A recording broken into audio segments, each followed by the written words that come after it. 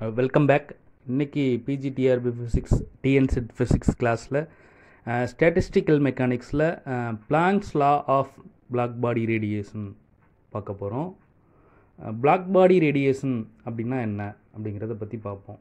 So black body ரேடியேஷன்னா ஒரு black பாடினா ஒரு பெர்ஃபெக்ட் பிளாக் பாடி, ஏதோ ஒரு பெர்ஃபெக்ட் பிளாக் பாடி அப்படின்னு சொல்லுவோன்னா which absorbs radiations of all wavelengths, it emits radiations of all wavelengths.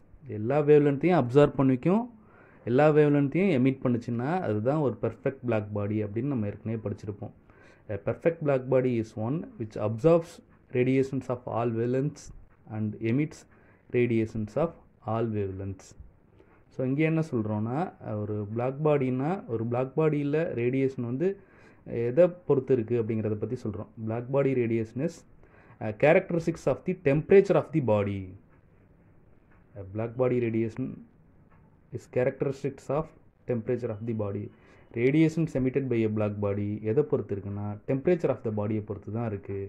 So அதோட வேவ்லென்த்தை பொறுத்து பிளாக் பாடியிலேருந்து வர ரேடியேஷன்ஸ் இல்லை, இண்டிபெண்ட் ஆஃப் வேவ்லென்த் அப்படின்னு சொல்கிறோம்.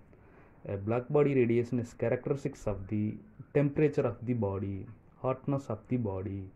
சரிங்களா? So it is independent of wavelength. There is nothing to do with the wavelength of the black body radiation. So black body radiation is treated as a gas of photons. So நம்ம case of ஃபோட்டான்ஸாக treat பண்ணுறோம். ஒரு black பாடியிலேருந்து வெளிவருகின்ற அந்த ரேடியேஷன்ஸை ஃபோட்டான்ஸாக நம்ம consider பண்ணிக்கிறோம். So இப்போ ஃபோட்டான்ஸ்னு consider பண்ணிட்டாலே, so அந்த black body radiation is considered as a photons means, so we have to use Bose-Einstein distribution, Bose-Einstein statistics, so to discuss the black body. ஓகேங்களா?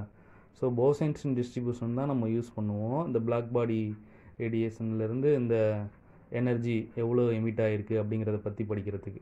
சரிங்களா? பிளாங்க் வந்து இந்த பிளாக் பாடி ரேடியேஷன் பற்றி study பண்ணிட்டு இருக்காரு. பிளாங்க்ஸோட hypothesis,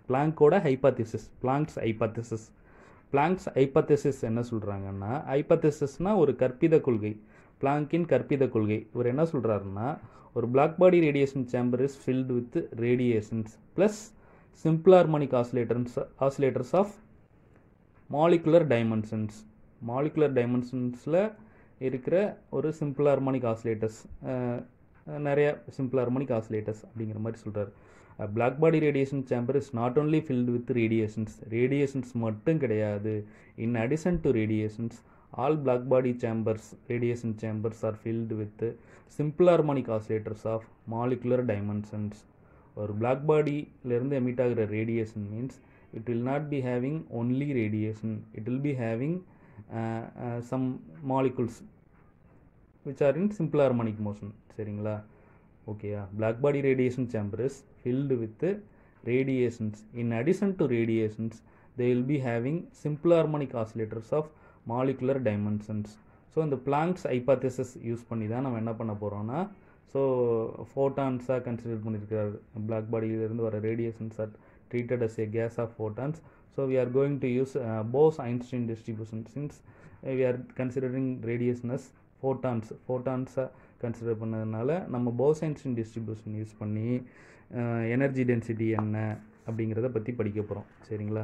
ஃபோட்டான்ஸோட energy density, அந்த ஒரு ரேஞ்சில் எவ்வளோ ஃபோட்டான்ஸ் வந்து எமிட் ஆகும் அப்படிங்கிறத பற்றி படிக்க போகிறோம். சரிங்களா?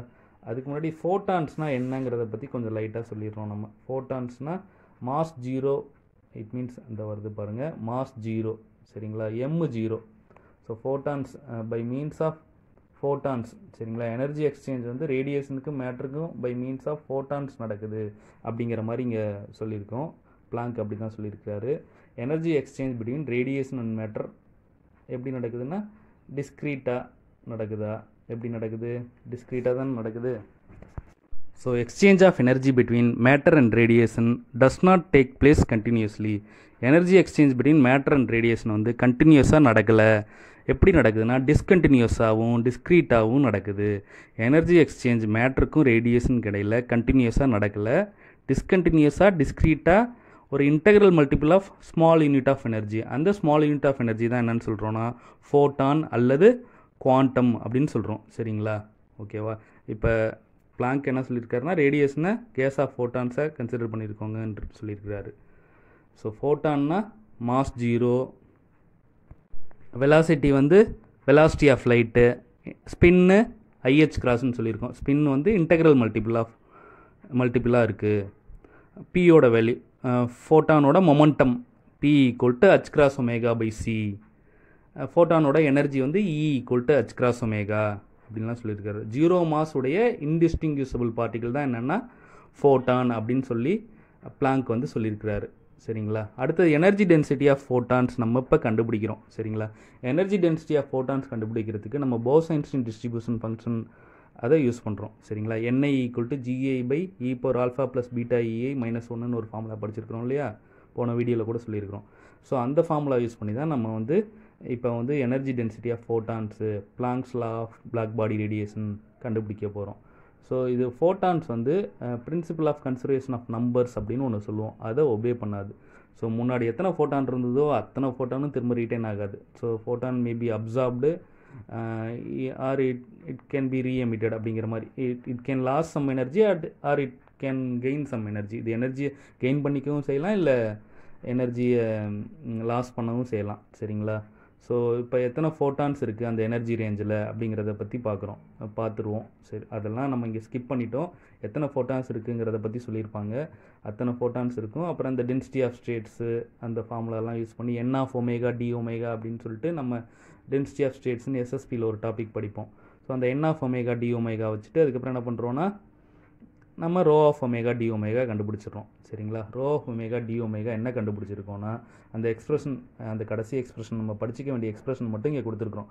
h×π² c³ omega cube d omega by e power h× omega by kt - 1 அப்படிங்கிற இந்த எக்ஸ்பிரஷன் இருக்கு இல்லையா? இதை படிச்சுக்கிறோம். அதுக்கு ஈக்குவலண்ட் ஒமேகாவுக்கு பதிலாக என்ன போட்டுக்கலாம்னா 2π போட்டுக்கலாம். So 2π omega = 2π.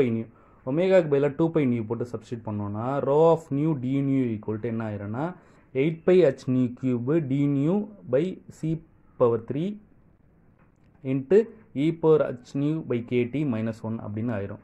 ஸோ இதுதான் போன பிஜிடிஆர்பில் எனர்ஜி டென்சிட்டி ஆஃப் ரேடியேஷன் ப்ராக்கெட்டில் ஃபோட்டான்ஸ் அப்படின்னு சொல்லி கொடுத்து எனர்ஜி டென்சிட்டி ஆஃப் ஃபோட்டான்ஸுக்கான சரியான எக்ஸ்பிரஷன் சொல்லுங்கள் அப்படின்னு போன பிஜிடிஆர்பில் கேட்டிருந்தாங்க. சரிங்களா? Rho of nu d nu = 8πh³ d by c³ e power h by kt - 1.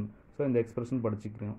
So இதெல்லாம் எழுதி வச்சு நீங்கள் படிச்சிட்டிங்கன்னா இன்னும் கொஞ்சம் உங்களுக்கு வந்து யூஸ்ஃபுல்லாக இருக்கும். ஸோ பிளாக் பாடி ரேடியேஷனில் இப்போ நம்ம சொல்லிகிட்டு இருக்கிற இந்த கண்டென்ட்டை மட்டும் படிச்சிங்கன்னா கூட உங்களுக்கு போதுமான அளவு இருக்கும். சரிங்களா? ஸோ இப்போ இதில் ஸ்பெஷல் கேசஸ் பார்க்க போகிறோம் பிளாங்க்ஸ் லாவில். ஃபஸ்ட்டு ஸ்பெஷல் கேஸ் என்ன பார்க்குறோம்? ஸோ அதோட ஈக்குவலன்ட் ஃபார்முலா இன்னொரு ஃபார்முலா எழுதியிருக்கோம் பாருங்களேன். இன் டேர்ம்ஸ் ஆஃப் லேம்டா எழுதலாம். லேம்டா எழுதணுன்னா என்ன வருது பாருங்கள். E lambda = 8πhc/λ⁵ d lambda by e power hc by lambda kt - 1 அப்படின்னு ஈக்குவலன்ட் ஃபார்ம். அதுவும் ஈக்குவலன்ட் ஃபார்ம் தான். இதுவும் எனர்ஜி டென்சிட்டி ஆஃப் ஃபோட்டான்ஸை குறிக்கிறது தான். சரிங்களா?